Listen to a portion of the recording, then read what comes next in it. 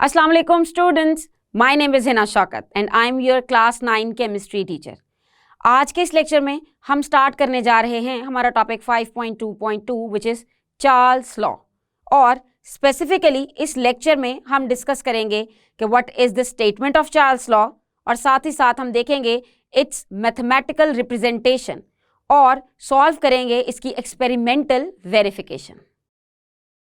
So students, हम पढ़ रहे हैं हमारा chapter number 5 and so far we are done with discussion of introduction. फिर हमने स्टार्ट किया है गैसियस स्टेट ऑफ मैटर और उसमें हमने पढ़ी हैं 6 टिपिकल प्रॉपर्टीज ऑफ गैसेस और अब हम पढ़ रहे हैं लॉज ऑफ गैसेस. हमने अपने प्रीवियस लेक्चर में डिस्कस किया है absolute temperature scale in detail और साथ ही साथ यूनिट कन्वर्जन को भी समझा है with the help of light board, जिसमें हमने सॉल्व किया था हमारा न्यूमेरिकल नंबर 2. आज के इस लेक्चर में हम स्टार्ट करेंगे हमारा next law which is Charles law. Charles law is very important law because it is going to tell us the relationship between volume and temperature. So, the relationship between volume and temperature keeping the pressure constant. It was also studied. पहले हमने क्या पढ़ा था? हमने Boyle's law पढ़ा था और Boyle's law में हमने पढ़ा था टेम्परेचर कांस्टेंट रख के वॉल्यूम और प्रेशर का रिलेशनशिप. और अब चार्ल्स लॉ में हम पढ़ने वाले हैं प्रेशर को कांस्टेंट रख के वॉल्यूम और टेम्परेचर का relation. There was a French scientist जिसका नाम था चार्ल्स और उसने 1787 में प्रेजेंट किया था अपना Charles law. And the statement of Charles law is the volume of a given mass of a gas is directly proportional to the absolute temperature if the pressure is kept constant. Definition में चूंकि एक चीज add नहीं है लेकिन वो मैं आपको ऐड कराती चलूं, यहाँ पे उन्होंने लिखा given mass of a gas. उसका मतलब यही है कि number of moles of the gas वो भी सेम होने वाले हैं. इसमें हम प्रेशर को रिप्रेजेंट करते हैं P से और वॉल्यूम को रिप्रेजेंट करते हैं V से और टेम्परेचर को रिप्रेजेंट करते हैं T से. अब इसी प्रोपोर्शनैलिटी को मैथमेटिकल रिप्रेजेंटेशन यूज करते हुए हम बनाएंगे चार्ल्स लॉ की इक्वेशन और मैथमेटिकल रिप्रेजेंटेशन के लिए चलते हैं लाइट बोर्ड की तरफ. सो स्टूडेंट्स, चार्ल्स लॉ की मैथमेटिकल रिप्रेजेंटेशन के लिए हमें पता होनी चाहिए उसकी स्टेटमेंट जो कि हमने अभी डिस्कस की है. और according to that statement we know that the volume of the given mass of a gas is directly proportional to the temperature. और उसमें हमें कांस्टेंट क्या चीज़ रखनी है, वो है प्रेशर. यानी कि चार्ल्स लॉ रिप्रेजेंट करता है relationship between volume and temperature. So जब हमने कहा कि ये दोनों वैल्यूज डायरेक्टली प्रोपोर्शनल हैं तो मतलब एक वैल्यू बढ़ने से दूसरी वैल्यू भी बढ़ेगी और एक वैल्यू डिक्रीज करने से दूसरी वैल्यू भी डिक्रीज हो जाएगी. सो अगर हम इसे इक्वेशन फॉर्म में लिखते हैं so it would be something like this. Volume directly proportional to temperature.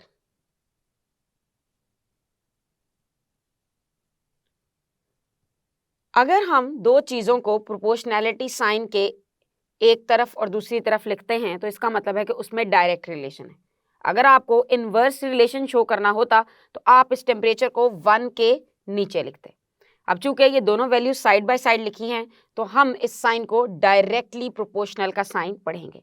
Otherwise ये साइन सिर्फ और सिर्फ प्रोपोर्शनल साइन होता है, प्रोपोर्शनल टू. अब ये डिपेंड करता है कि अगर तो चीज़ें साइड बाय साइड लिखी हैं तो ये होगा डायरेक्ट प्रोपोर्शन और अगर कोई चीज़ 1 के डिनोमिनेटर में लिखी होगी सो इसका मतलब है कि ये होगा इन्वर्सली प्रोपोर्शनल. सो डायरेक्टली प्रोपोर्शनल मतलब वॉल्यूम बढ़ने से टेम्परेचर बढ़ेगा और वॉल्यूम कम होने से टेम्परेचर भी कम होगा. अब मैथमेटिकल रिप्रेजेंटेशन के लिए हमें लिखने हैं इन वर्ड्स की जगह इनके symbols. And we know that volume is represented by V, capital V, और टेम्परेचर को रिप्रेजेंट करते हैं T के साथ और वो होगा कैपिटल T.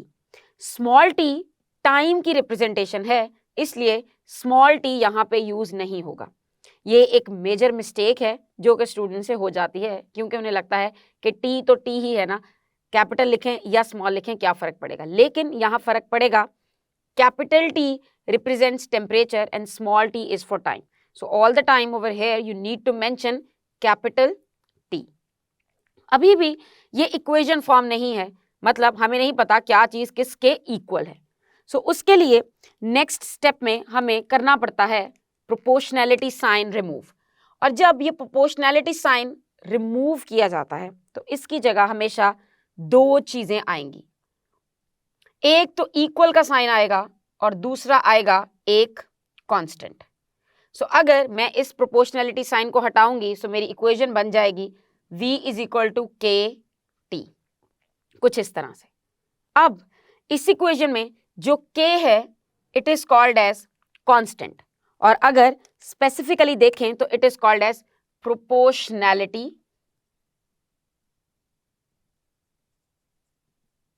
कांस्टेंट। अब हम इस इक्वेशन से प्रोपोर्शनैलिटी कांस्टेंट को अलग कर सकते हैं, यानी अगर हमें कांस्टेंट की वैल्यू निकालनी हो तो हम इसे अलग कर सकते हैं, और वो आएगा, अगर हम k को इसी साइड पे रहने दें तो t यहाँ मल्टीप्लाई हो रहा है, ऑपोजिट साइड पे जाके डिवाइड होगा। सो हम कह सकते हैं कि k is equal to v divided by t। चूंकि आसानी से चीज़ों को सेपरेट करने के लिए आप उस चीज़ को वहीं लिखा रहने दें और साथ वाली चीज़ को मूव करें on the other side of the equal sign, और एट द एंड ये थोड़ा सा ऑड लुक आती है। ऐसे नहीं लगता कि आपने कांस्टेंट अलग किया है, ऐसे लगता है जैसे आप v बाई टी की वैल्यू देख रहे हैं। तो इसको आप फ्लिप कर सकते हैं, flipping is not a issue. 2 is equal to 3 और 3 इज इक्वल टू 2 एक ही बात होती है। सो आप इसको k is equal to v over T भी लिख सकते हैं। और इस इक्वेशन में हमने देखा है कि वॉल्यूम और टेम्परेचर का डायरेक्ट रिलेशन था। अब ये डायरेक्ट रिलेशन कंटिन्यू करता है। When I say continue, so let's take an example. For example, there was a gas and that gas was having initial volume and initial temperature. उसके बाद क्या हुआ, उसका वॉल्यूम और टेम्परेचर चेंज हो गए, यानी हमने कोई एक चीज चेंज की और दूसरी उसकी वजह से चेंज हो गई। तो उस केस में भी इन दोनों का जो रिलेशन है वो इक्वल होगा कांस्टेंट के। अब इसी बात को एक्सप्लेन करती हूं। फॉर एग्जाम्पल, अगर हम बात करें कि एक गैस का इनिशियल वॉल्यूम था और इनिशियल टेम्परेचर था, तो मैं कह सकती हूँ कि उसका इनिशियल वॉल्यूम था V1 और उसका इनिशियल टेम्परेचर था T1, तो उसका आंसर होगा K, यानी कि वो कांस्टेंट होगा। इसी तरह अगर कुछ टाइम के बाद हुआ क्या कि उसका वॉल्यूम चेंज हुआ और टेम्परेचर भी चेंज हो गया, so volume would be changed into V2 and temperature would be changed into T2, लेकिन यहाँ K1 और K2 नहीं आएंगे। कांस्टेंट का मतलब ही ये होता है कि वो चीज एक ही रहेगी, यानी कि आंसर एक ही आएगा। So you can see that K यहाँ भी K ही है और यहाँ भी K ही है। अब चूंकि ये दोनों जगह K ही है, सो हम कह सकते हैं कि अगर ये दोनों साइड्स किसी इक्वेशन की बराबर हैं तो ये दोनों साइड्स भी बराबर होंगी। सो अगर इसी चीज को माइंड में रखते हुए हम इक्वेशन बनाएं तो it would be V1 over T1 is equal to V2 divided by T2। चूंकि इन दोनों अलग अलग इक्वेशंस के लिए कांस्टेंट सेम था, यानी कि इन दोनों की एक एक साइड सेम थी, तो अंडरस्टूड है कि जो दूसरी साइड है वो भी सेम होगी। और इसी से हम डिराइव कर सकते हैं हमारी इक्वेशन फॉर चार्ल्स लॉ, और ये है हमारी इक्वेशन फॉर चार्ल्स लॉ। और आप देख सकते हैं कि इसके 4 कंपोनेंट्स हैं। V1 is initial volume,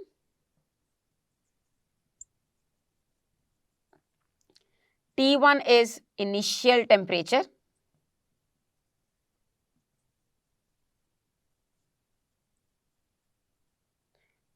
V2 is final volume,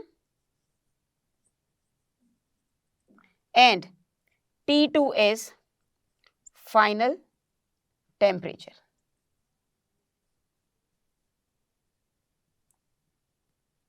अब एक बात यहां याद रखनी है कि pressure is kept constant. Charles law apply जब होगा तो प्रेशर को आप कांस्टेंट रखेंगे। आप वॉल्यूम चेंज कर सकते हैं, आप टेम्परेचर चेंज कर सकते हैं, लेकिन प्रेशर कांस्टेंट ही रहेगा। और साथ ही साथ वो गैस के नंबर ऑफ मोल्स भी सेम ही रहने चाहिए। Now If you look at this equation, this is equation for Charles law. So if you know any three of them, there are total 4 values, और अगर आपके पास कोई सी भी 3 वैल्यूज हों तो आप 4th फाइंड कर सकते हैं। अब ये समझने के लिए कि V1 और रेशो T1 और V2 रेशो T2 इनके जो आंसर्स होते हैं वो हमेशा कांस्टेंट आते हैं, हम समझेंगे इसको एक्सपेरिमेंटल वेरिफिकेशन की मदद से। सो स्टूडेंट्स, हम जानते हैं कि V1 डिवाइडेड बाय T1 या फिर हो V2 divided by T2, answer would be constant, यानी कि वो एक ही आएगा, जैसे कि हमने डिस्कस किया था in experimental verification of Boyle's law में भी with the help of example.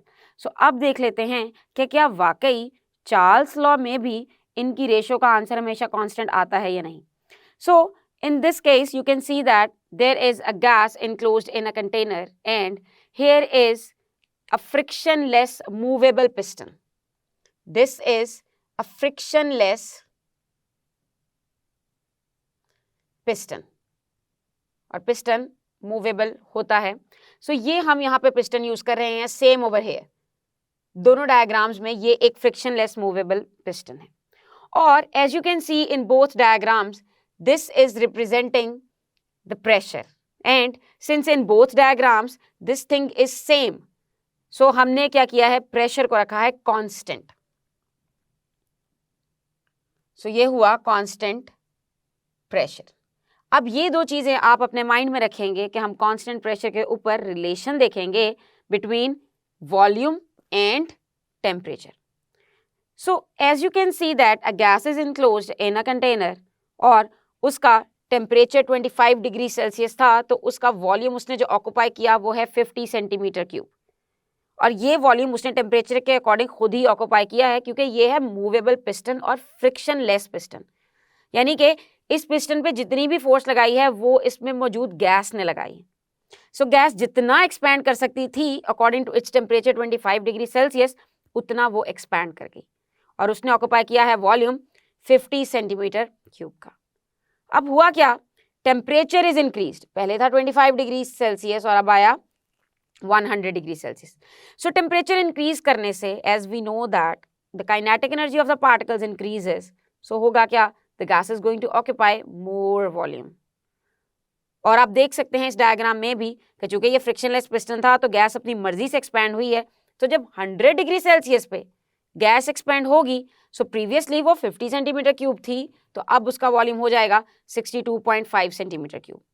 सो चलिए इसको प्रूव करते हैं कि क्या वाकई इनकी रेशियोज का आंसर इक्वल आता है या नहीं।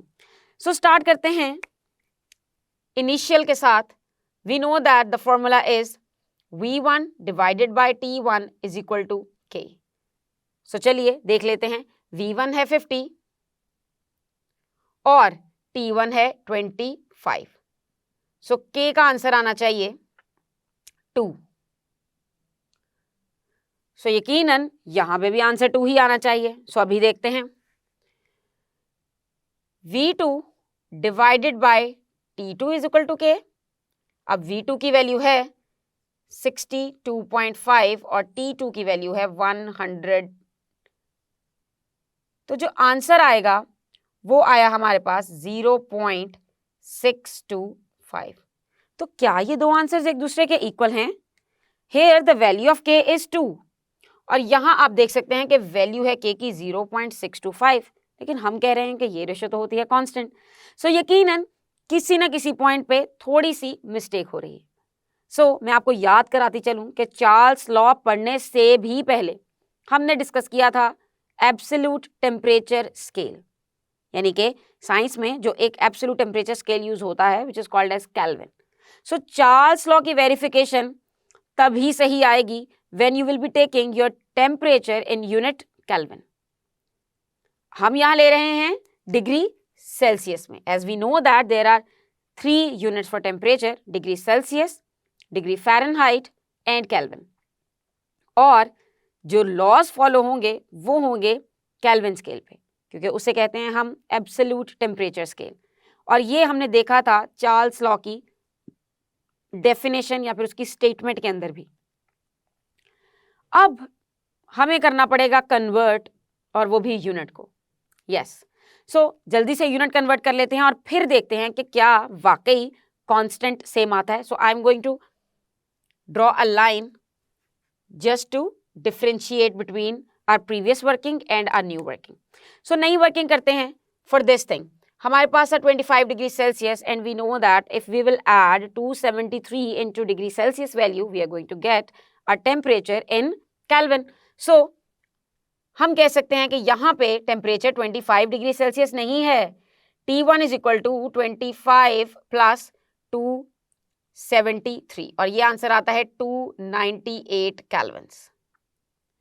ये तो आया इसका टेम्परेचर। सो अब हम क्या करेंगे, हमने जहां T1 की जगह 25 पुट किया था, we have to put our value 298। So जल्दी से पुट करते हैं और आंसर निकाल लेते हैं। K is equal to V1 over T1। So value लगाते हैं V1 की विच इज 50 और T1 की वैल्यू है 298। और अगर आप इन दोनों चीज़ों को डिवाइड करेंगे तो you will get your answer 0.167। सो ये आई है हमारी वैल्यू कांस्टेंट की जब हमने यूज़ किया है temperature according to Kelvin scale. अब होने को अगर ये एक्सपेरिमेंटल वेरिफिकेशन हम करेक्ट प्रूव करते हैं तो इसमें इसका आंसर भी after putting the value in Kelvin scale same आना चाहिए। सो चलिए प्रूव करते हैं। Here temperature is 100 degree Celsius. So इसको केल्विन में करने के लिए हमें करना पड़ेगा 100 plus 273 which is going to equal to 373 Kelvin. So अब ये है हमारा T2 373 Kelvin और K फाइंड करने के लिए हमें डिवाइड करना होता है V2 divided by T2. So volume की वैल्यू तो सेम ही रहेगी which is 62.5 और टेम्परेचर की वैल्यू को अब हम रिप्लेस करेंगे with the value which is given in the Kelvin unit. So we are going to put 373 over here और जब आप इन दोनों को डिवाइड करेंगे तो surprisingly your answer is going to come 0.167। जी हाँ, आंसर यही आएगा। अगर आपको यकीन नहीं तो आप अपना कैलकुलेटर उठाएं और अभी इसको सॉल्व करके देख लें। सो आप देख सकते हैं कि in both cases K is equal to 0.167 और K is equal to 0.167. So ये सारी कैलकुलेशन थी आफ्टर के लिए और ये कैलकुलेशन थी बिफोर के लिए। You can see that values of temperature and volume both are different in both cases. Temperature और वॉल्यूम की वैल्यू फर्क है, लेकिन फिर भी जब हमने चार्ल्स लॉ वाला फॉर्मूला अप्लाई किया है तो कांस्टेंट की वैल्यू सेम आई, यानी कि इनकी रेशियोज हमेशा सेम होती हैं। सो स्टूडेंट्स, इस लेक्चर में हमने डिस्कस किया है चार्ल्स लॉ और हमने देखा कि इसकी इक्वेशन कैसे डिराइव की जाती है और साथ ही साथ हमने इसकी एक्सपेरिमेंटल वेरिफिकेशन को भी डिटेल में समझा और उसमें कुछ ऐसी डिटेल्स भी इनकॉर्पोरेट की हैं जो कि बुक में गिवन नहीं है, just to prove it constant. हम अपने आने वाले लेक्चर में चार्ल्स लॉ के कुछ न्यूमेरिकल्स सॉल्व करेंगे। तब तक के लिए अल्लाह हाफिज।